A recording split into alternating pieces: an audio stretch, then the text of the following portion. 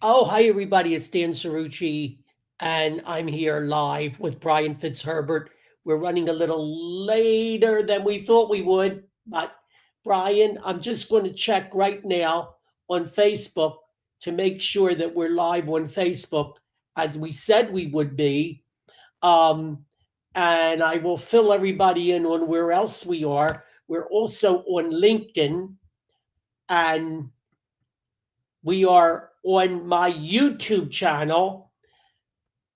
I'm just checking on Facebook right now to make sure that we're on there. And yes, there we are. We are live on Facebook. And let me go back here to StreamYard where we are. Okay, so we're going to talk about these drones. This is Dan Cerrucci. We're live on LinkedIn and Facebook. We're also on my YouTube channel. And no matter how many people are watching or aren't watching right now, right after this is over, it's going to go up on my blog, Brian. So people will be able to find it on any of those three. I'm going to put it at the top of my YouTube page after this is over. So it'll be up there for quite a while. So anyway, here we are. And we're with Brian Fitzherbert. I've known Brian for quite a while. I'm very proud to know him because he is an aeronautics expert. He has a top secret clearance. He works for a big helicopter company right now. He did work for Northrop Grumman. Northrop Grumman, yep. Northrop Grumman, and he is a graduate. He has his master's degree from Johns Hopkins University. You may have heard of it. It's quite renowned. So, Brian, so these drugs, first of all, Brian, I want to say you're a native New Jerseyan, right? Yes, I am. And a very proud native New Jerseyan, as am I. Absolutely. Absolutely. And it just seems, Brian, like a lot of weird things happened in New Jersey. I mean, what the hell is it, Brian? Well, I think there's two questions. It's not only what is it, but who is it? And you can start through a simple process of elimination. I mean, this is going on, has been going on for a month since November 18th. And if you go through a process of elimination, when I first heard the story, I just figured it was a 107 part drone pilot training class or something of that nature to be certified for commercial drone piloting.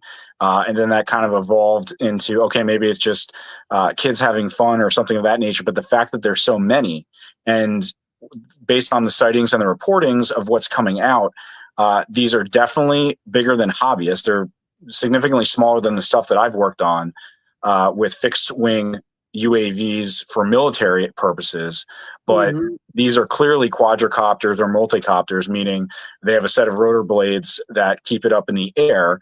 And once you go through the process of elimination, okay, if it's not hobbyists, if it's not anything else, is it private venture? Is it someone like an Elon Musk wannabe that has developed some new capability that they're testing in a 5 to 11 p.m. time frame, whether that's endurance or something else? But you would think after a month they would come forward, because all the capital investment and the likely market share that they would have based on the fact that the community is responding the way it is because they don't know what it is, that would be a threat to that future market share. So then if you throw out private venture, the only thing that remains is either the U.S. military or a foreign actor. And the fact that the White House, Congress, the Pentagon, and to an extent Northern Command, FAA, FBI, New Jersey state government, New Jersey state legislature, and New Jersey state law enforcement, nobody seems to be in the know. You unfortunately have to come to the conclusion of one of two things. Either we, as the United States, know exactly what it is and are being deliberately deceptive with the community, or they don't know what it is and it is a foreign actor. Well, now, boy, I'll tell you, Brian got right to the point, and he already eliminated some of the speculation. And Brian, were you being in aeronautics, were you always interested in this growing up, or how did your interest in it develop? Well, it's a long story, but to boil it down, just being able to be around things that are manufactured weapons of war, you know, you never want to use these things, whether it's jets, Right. whether it's drones, whether it's bombs, submarines, helicopters, you name it. You never want to use them, but you have them if you have to. And I got exposed to a lot of this manufacturing from a young age. I was very interested in it all throughout middle school, high school. And obviously 9/11 had a direct impact. You know, I grew up in North Jersey and my father worked in Manhattan, and obviously he was there that day. Thankfully, you know, he survived and there wasn't any problems there. But all of the things that came to a 12 or 13-year-old at that time was, what can I do to support and help? And can I use this brain that I have to contribute to that? And a lot of it came into finding capabilities and solutions that the military could utilize in theater. So that's kind of where that genesis began. And And that's why I've worked. you're very patriotic. I know that. Yeah. And it's, again, you have this so you never have to use it. But if we have to, we have the capabilities, and the fact that this stuff has been developing over time and decades, things that I've worked on. I mean, this is why, you know, working for Textron, working for L3 Harris, working for Northrop Grumman, they do all kinds of cool products to make sure that they support the warfighter in theater to make sure that we minimize loss of life and accomplish the mission. You worked for, was it L3 here in Camden also? Yep. L3 Harris in Camden and Textron in various divisions across the country. And a lot of this work, or most of this work, or all of this work was with the military related? Yeah, so the customer was DoD or Homeland Security. So I served as a program manager on all these government contracts. My job was to make sure that we executed the contracts and made sure that we delivered to the end user, which was those guys in theater and the Pentagon and Homeland Security, whether it was Coast Guard, the Army, Navy, Air Force, etc. So they were my customer. And now you're working for a large helicopter company. What is it? Leonardo Helicopter. Leonardo Helicopter, which you just recently went to work for. This is an international company. Yeah, so they're vastly international company, headquartered in Rome, and they have a lot of capabilities with regard to helicopters for both commercial and military application. That's quite attractive. So it's very exciting. I always like to work on different products and different vehicles, weapons, that kind of thing, and just continuously learn how these capabilities can help our guys and gals in theater. Unbelievable. Now, so we have this drone situation in New Jersey. You've given us a good overview of it. Recently, Congressman Jeff Van Drew, who is the congressman from the area that you live, by the way, Brian is in Egg Harbor, Atlantic County. Is that Atlantic County, right? Yep. In the Jersey, southern New Jersey Shore area, for those of you who may be wondering exactly where that is. Okay. So your congressman here, Jeff Van Drew, said, I'm going to try to paraphrase it or say it as best as I could, that he speculated that it was an Iranian ship that might have been behind this, and that Iran might have been behind this. And then he seemed to back away from it a bit. What was that all about? So he's getting a lot of incoming fire that I don't think is warranted. And whatever information he got from a source, that source may have leaped with the information. Here are the facts with regard to Iran and drone technology. And I'll take a step back. The countries that are doing the most with regard to drone technology are obviously the United States, the UK, Turkey, Iran, and China. Those are the big drivers of drone technology and drone development. And with Iran, what he's referring to is a drone carrier. And in particular, it's known as basically, the Iranians have taken a commercial vessel, a shipping container vessel, and they retrofitted this to allow for carrying of drone and being able to do sea trials out in the Persian Gulf, etc., for launching drones. Now, I suspect, and this is public knowledge, that this particular vessel, it was in port in Bandar Abbas in Iran, November 14th. Satellite imagery had showed that. After November 14th, there was satellite imagery showed that it was no longer at port, which means that it left. So that's the most likely solution. It was doing sea trials and everything in between. I think the source that Van Drew spoke to, again, I don't know who it is, I think the source made the leap that, the timing is suspect because November 18th is when this stuff happened here in New Jersey, and satellite imagery shows that this vessel is no longer in port in Bandar Abbas, that, hey, maybe it's off the coast of the Atlantic and it's launching into New Jersey. Now, there's two problems with that. Number one, Iran's naval capabilities are pretty pathetic. I highly doubt that they can make it all the way here, and much less do it undetected by our Coast Guard, and even further, have the capability to have drones that launch from the ocean, have the endurance to go around as much as they are and then go back. That's probably too much of a leap. So I think whatever source that was used the front end of that, which is totally factual, and everything that Van Drew was saying is correct. But I think the leap from the fact that the vessel is no longer in port and made it over here is probably where the leap happened. Okay, so you're suggesting that that's a bit of a stretch. That in particular might be a stretch. And the only caveat I would say is, if Iran was involved, obviously they have motive to do this, right? We're in the middle of a presidential transition. Right now would be the perfect time to disrupt and antagonize the United States, given everything that Trump has said he was going to do. But they wouldn't be able to do it without help. And the likely culprit to support them would be China, given those geopolitical relationships. But I would say at this juncture, it's likely not Iran, and that the information that came out, again, I don't know who the sources were, but I imagine that this source provided a leap in terms of the information that was being provided, and that's what Congressman Andrew received. And look, we get bad intel all the time. We get half-truth intel all the time, and sometimes we get it right, sometimes we get it wrong. When you said the different countries that were heavily or somewhat into drone technology now, you mentioned Turkey. Why would Turkey? What's Turkey doing there? That's not a country that I would say, oh, we better, what's Turkey doing there?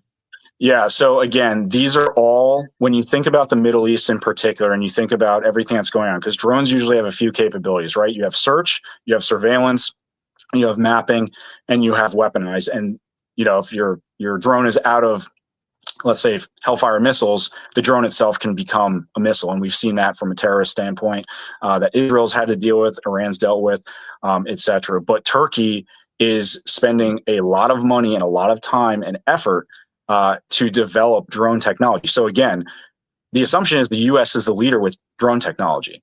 That may be the case. That may not be the case. Because there's a lot of information that's not publicly shared. And alone, that's where all this happens. But again, given everything that's going on, I would count out, like I said, Iran, and just the fact that Turkey is in that mix. Obviously, Turkey wants to have their hands in a little more than what they have right now in the Middle East. And part of that future capability for assists would be drone technology. And they're in a strategic location. Yeah, they're in a strategic location. There's obviously supply lines, there's logistics, there's all kinds of things that could really disrupt your overarching supply chain and anything else that goes through because of where they geographically are. So you said at the top of this that it's probably either a foreign entity or it's something having to do with our own military and our own security that the government can't talk about. Yes. And what I haven't seen is anyone ask DARPA anything. And DARPA is our Defense Advanced Research Projects Agency. DARPA is the acronym for it. This is the agency within government that does all the really cool stuff that you could only dream about in sci-fi movies that we try to bring into reality. Mm-hmm. Now, that hasn't come across. And again, going back to Congressman Andrews' comments about Iran, the spokeswoman for Northern Command came out a few hours later after he made the statements he did with regard to the drone carrier. And she was very, very careful with the words that she used. She said that there's no such thing as an Iranian mothership, which is true. That's not a technical term that we would utilize. It would be a drone carrier. And even further, she said that there wasn't one off the coast of the United States. Also a true statement. But she never disputed that this thing exists, which was at port in Bandar Abbas. So they were very cutesy about that. And my point is, we need to be asking the right questions. And I don't see a lot of these questions through processes of elimination to be able to determine this, because there's a lot of capabilities that are not public, and this could very well be something. But the reason it gives me pause that it's not that, because we've had Homeland Security, FAA, FBI, and Pentagon come out with joint statements saying that it's not us, but it's not a threat to public safety, which is nonsense, because you have to share what that is to be able to determine whether it's a threat to public safety. But the fact that they seem so content on not using the excuse that this is a military training exercise and there's nothing to see here gives me pause that it may not be us. But they do know what it is. My assumption is they know what it is. They're figuring out and determining what to deal with, on how to deal with it. Because, again, the question people keep asking is, why don't we just shoot this down? Well, there's things to think about. Think about the Chinese spy balloon from almost 2 years ago. The reason it wasn't shot down is there was a hesitancy, or the timid nature of the Pentagon, to not blow this out of the sky, because they didn't know if there was a biological weapon or some form of poison gas that was in that spy balloon, because they didn't know who's used 1930s technology for an air balloon in all this time. So it circumnavigated basically the continental 48 states and wasn't shot down until it was over the ocean. The same could make the assumption or argument that there's no individuals that are willing to shoot this down, quote unquote, because they could be housed with IED or some other material that could create a bigger problem. Now, there are capabilities to scoop these things up, and the fact that those haven't been entertained is also telling. And the biggest takeaway is, for the most part, from what I can see, these drones, these quadricopters, don't seem to be violating any specific FAA rules and regulations in the airspace. They're going near the arsenal, from my understanding. They're going near the President-elect's Bedminster. They're going near places, but they're not going into restricted airspace, which could very well be the mission, that they are trying to determine what is restricted airspace. So again, it's trying to determine the right questions to ask and who to ask, so that government spokespeople or individuals aren't cutesy with their words, like I would argue that Northern Command spokeswoman was a few hours after Van Drew's comments. This is fascinating. It's fascinating when you consider, and you brought up the possibility that, shooting it down could result in something really serious or calamitous for us. But I'm wondering, could a private citizen be able to shoot one of these things down? So number one, it's illegal to shoot any aircraft, whether it's manned or unmanned, out of the sky. So that's number one. Number two, as what's creating this panic within the community and across the state, is that there is it's very difficult. Even someone like me or any of my colleagues that are around aircraft on a regular basis can't look up in the sky and eyeball and determine how big something is.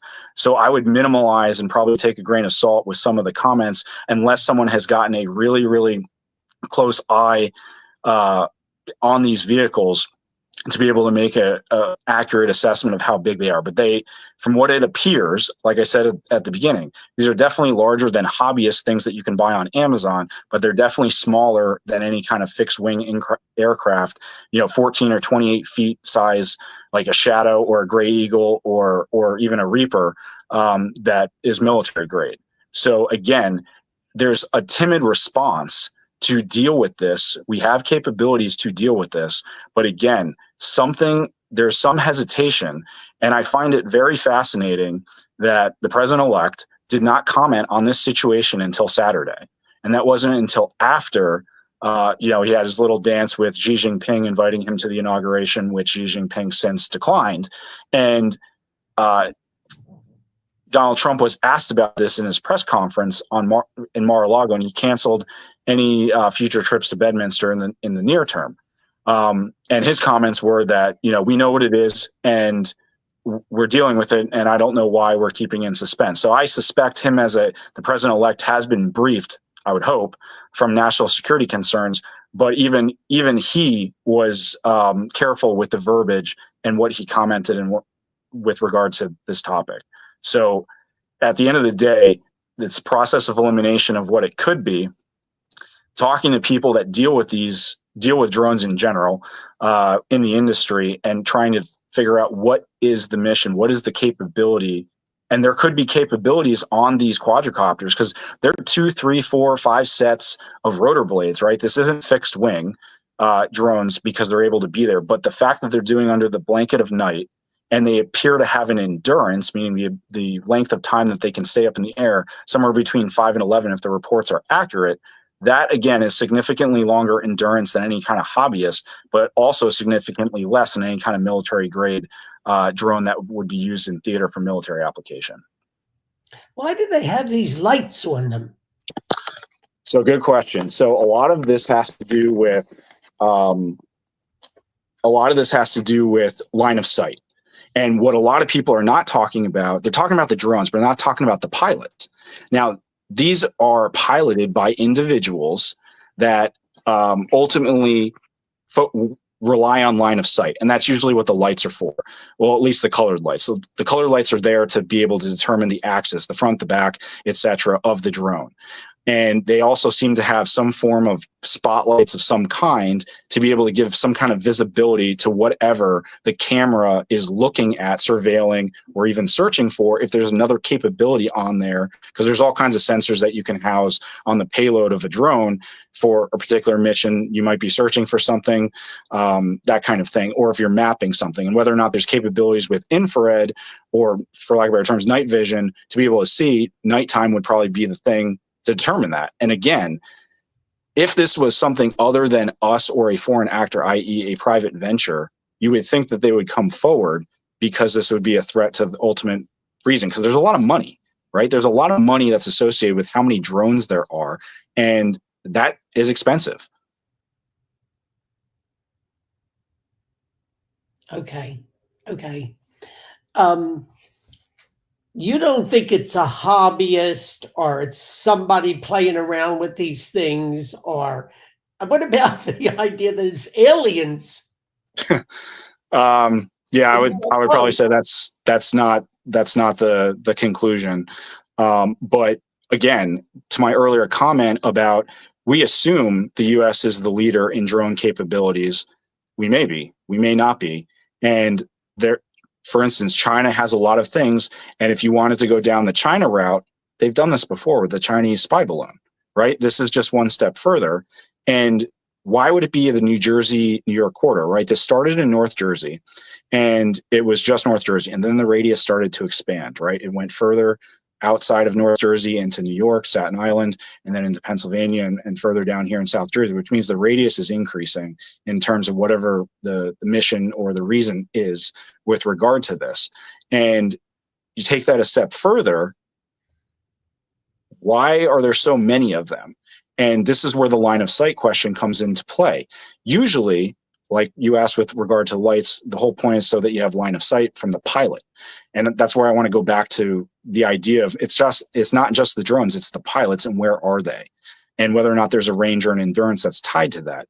If there are multiple drones in the air in the same elevation, like for instance, in military application, when you send any kind of drone for a particular mission, it's not out there by itself. Like usually a militarized drone has a 2 or 3 pilot station, universal ground control station, a mobile ground control station that has 2 or 3 pilots, one that operates the camera, one that operates the vehicle itself, and one operates the weapon systems. So you have one that's in the sky, and either satellite or some other aircraft is surveilling the drone from a different angle to provide added support for visual confirmation, notwithstanding the line of sight with the actual drone itself and what it is seeing as an eye in the sky. I suspect that a lot of these drones are near or bunching or swarming, whatever verbiage you want to use, because they are using one another as line of sight for the pilots from a camera standpoint, if they're a lot farther away than line of sight, which means that the range, the distance from the pilot to the drone itself, could be considerable than 20 or 40 minutes or an hour, because obviously we're seeing this in a 5 to 11 p.m. time frame. Whether or not it's all at the same time, it's the same drones, that's another story. But it goes back to the idea of line of sight with the pilot. And even further, if we're talking China, could they have developed a baseline foundation for artificial intelligence to do a lot of automated things that a pilot doesn't need to do, basic commands, that kind of thing, to coordinate with one another? It's possible. We haven't seen it. It's possible, though. Mm-hmm. Mm-hmm. Do you think that part of this might be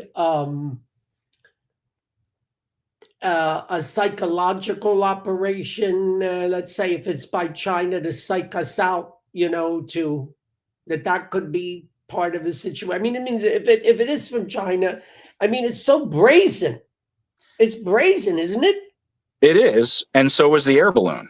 So was the spy balloon. That was brazen. That was a week that went from Alaska all the way to South Carolina. That was brazen. And China was willing to do that. And I wouldn't be surprised if they're willing to do that again, especially from a geopolitical stance of a presidential transition of power. They've seen President Trump before. He said what he's going to do to deal with China, and he's probably going to do even more. So again, I can't make any declarations. I may have clearance, but that doesn't mean I'm read on to everything, because it's particular information. But again, if there are certain things or designs or missions, because it could very well be surveillance, it could be mapping, it could be trying to have advanced capabilities that maybe satellite imagery doesn't provide, but it also could be just hey, guess what? We are here, and why not mess with the United States during a presidential transition? There's a lot of possibilities, but again, the sheer fact that all these government entities that have come out and said that it's not a threat to public safety, which is irresponsible, because if it's not a threat to public safety, then share what it is. And the simplest answer is, yeah, these are ours and we're doing military exercises, nothing to see here. But they haven't said that. So that leads again to the question, if it's not us, who could it be? And it's a short list on who that could be. And the idea that these are being launched from the sea, I think, is unlikely. A more probably logical solution is the parts, the sub-assemblies, are being shipped in separately and then being assembled somewhere in some staging area. Because again, these are quadricopters. They do not need a landing strip or an airport to take off. It's just vertical lift. They're just going up once activated. But the concern is, and you mentioned the lights again earlier, the concern is there seems to be some form of detection or capability to mask broadcast when it's being tracked or try to be followed. And again, is there a possibility that there's a jamming capability or a masking capability? Yes, that we're not aware of. Or is it as simple as, if you're speeding on the highway, you've got a radar detector and you want to make sure that you slow down before the cop pulls you over because you detected his radar. It could be something simple as that capability, that the minute we detect what it is over the frequency, that they're reacting and then trying to rush and get away, because no one seems to be able to find where they're taking off or where they're returning to. Do you agree, Brian, with all of these legislators, both state legislators and federal, that are demanding to know more, that are pushing the government in New Jersey? They're demanding investigations. I don't know what kind of investigation the state government could undertake, but do you agree with all this, mostly from Republican legislators, but I guess some Democrats have been part of it as well, all this carrying on about demanding to know, and the people have a right to know, and we need to blah, blah, blah. Yeah. So I would say, from bringing attention to the subject, It's a good driver. Obviously, there's a handful of those out there that are driving the message and asking the right questions. You know, like Senator Steinhardt, Assemblyman Bergen and Kinitra, and Assemblywoman Dawn Fantasia. They're driving the conversation. These are all New Jersey legislators, state all the legislators. New Jersey. Those are the ones that I've seen that are commenting that I think are being logical in the way they're approaching and asking questions. And from a federal standpoint, obviously, Congressman Smith has come out and tried to have some kind of legislation so that state entities can deal with drones over their own airspace, because right now only feds can actually deal with anything in FAA airspace because it's federal airspace. So again, this is one of those things that government has to be in line with industry and capabilities and be aware of those commercial applications so that it doesn't get out in front of us like it has right now. And asking all these questions, bringing awareness to it, that's fine. But again, this is a federal issue, and this is something that Congressman Drew and Congressman Smith and any other congressman in New Jersey that want to drive this to a conclusion. But at a minimum, the only person that's probably going to be briefed on this is the head of state, which would be Governor Murphy. Mm-hmm. So somebody said, well, you know, we can target somebody, the United States military can target somebody halfway around the world and pinpoint exactly where that person is, yep, and shoot and kill that person, yep, no matter where they are. So we must know what these are, right? If we have that kind of capability. Yeah, I would say the likelihood is we know what it is, but there is a particular reason. Now, remember, during the Soviet era, mostly in the 1980s, there was entire fields of physics that President Reagan classified because he wanted to have a distinct advantage in terms of research and development, that kind of thing. And again, back to my earlier statement, no one seems to be asking the question, is this DARPA, and are they doing something? Because that hasn't come up. And again, the likelihood that they would even respond would probably be minimal, but at least that's a place to start if it were us. But the likelihood is we know what it is, but there is some particular reason that could be a national security reason why there's a timid response to dealing with this.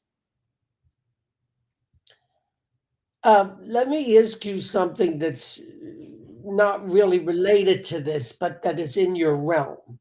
And that is, and we will sort of conclude this. We're coming to a conclusion here. And I hope people have gotten a sense. Like I say, this is live now. I don't know how many people are or aren't watching it, but it is going to be, you'll be able to watch it at any time on my YouTube page. I'm going to, and it'll be to the public on my YouTube page. And it's on my on my Facebook page. It's on my YouTube channel. It's on LinkedIn, and I am going to immediately after it's over put it on my blog so that people will be able to watch it there. But Brian, let me ask you this: going to what was called Star Wars, okay, which was a bad name for it, but since you mentioned President Reagan had this idea that we would create Star Wars, which we now know is, to put it sort of in layman language, create an iron dome over the United States. We now have seen it actually done in Israel. Yeah, and President Trump has said he would like to get this done, that we would have this capability for the whole country. Is this possible? Is this viable? It's viable in the sense from a regional standpoint. You would probably have to have intersecting and multiple capabilities in multiple areas, geographically speaking. The Iron Dome is an impressive piece of machinery, and it's the size of the state of New Jersey. Okay. Yeah. Very small country. Yeah. Yeah. So I mean, theoretically, you'd have to have dozens of these. to protect, obviously you would theoretically think the entire country, but I think the focus would be the most populous areas, as well as military installations and things of that nature. So again, it comes back to the cost and the buildup of something of that nature. And that kind of goes back to the earlier comment with these drones. There's a lot of money in the sky right now. And to do something from an Iron Dome capability in the US, it's definitely viable, but that is something that is an extensive period of time in terms of, either design or even proof of concept from a US perspective, because they'll have different requirements, different design needs than the Israelis. But that's going to take some significant time if we're not already doing it and it's already classified and that's already being developed. But it's absolutely viable. It would just be different. If you're talking about the whole country, it would have to be, it would be very, very expensive. But it have to be region by region, and then the regions would have to overlap somewhat. Yeah, okay. I mean, there would be some kind of design from that nature. They would prioritize the most important things. Obviously, probably DC, Baltimore airspace would be number one, and probably New York, New Jersey area would be number two, just because of the financial sector and everything of that nature. So you'd prioritize as you're doing this, theoretically, if they were to do that, if they're not already doing it. Reagan sort of used this to sort of psych the Soviets, and was there any actual development in that direction under Reagan? Do you know? So what I'll say is a lot of the research and development that was done during the 80s led to other opportunities that came to fruition in the 90s and the early 2000s that we've used in war. Okay. All right. And of course, there are things that Brian can't tell us and can't talk about. And we respect that because he does have top secret clearance. Like I said, he is an aeronautics expert, or as I like to say, aeronautics guru. And I'm proud to know him. And Brian, it has been wonderful to see how your career has progressed, and I have to say, to see a young person who has this sort of commitment, relatively young person, everybody's relatively young next to me, who has this sort of commitment and is also civic minded and civically involved. I want to tell you, it gives me great hope for the future, Brian. I appreciate that. And I'm definitely not alone. There's plenty more out there just like me. I know. And you're very involved in your community, and you are enlisting and helping to involve more and more young people, responsible young people, young citizens that are getting involved in making a difference on behalf of our country. So it's greatly appreciated. I appreciate that. We're always one generation away from losing what we have, so we got to keep it up. That was what President Reagan said. And, it's funny, Brian, especially now, more and more, we go back to the words and actions of Reagan, who was really prescient. I mean, way, way ahead of his time. He was, and he was the conservative crusader, and he was a model that, a lot of politicians hope to be. I mean, not to use the example with Donald Trump and the fortunate failed assassination attempt, he reacted like most men would want to, though 99% of men probably would not react that way. We are witnessing incredible history, very, very historic times, unprecedented. Nothing like it, certainly in this last election since Grover Cleveland. That's over 100 years. And also, these are historical events, that we're witnessing with what we've been talking about right now, these drones. And I think we've gotten some real insight tonight as to exactly what may be going on here. We'll take another page from Reagan. Government isn't the solution. They are the problem. And unfortunately, this drone saga has proved that to be the case once again. Brian, thank you. It's always a pleasure. Thanks for having me, Dan. I appreciate it. Take care. Bye. Bye. Okay, we're finished. We're no longer on the air. Oh, okay, cool. Yeah. So, oh, wait a minute. I think we are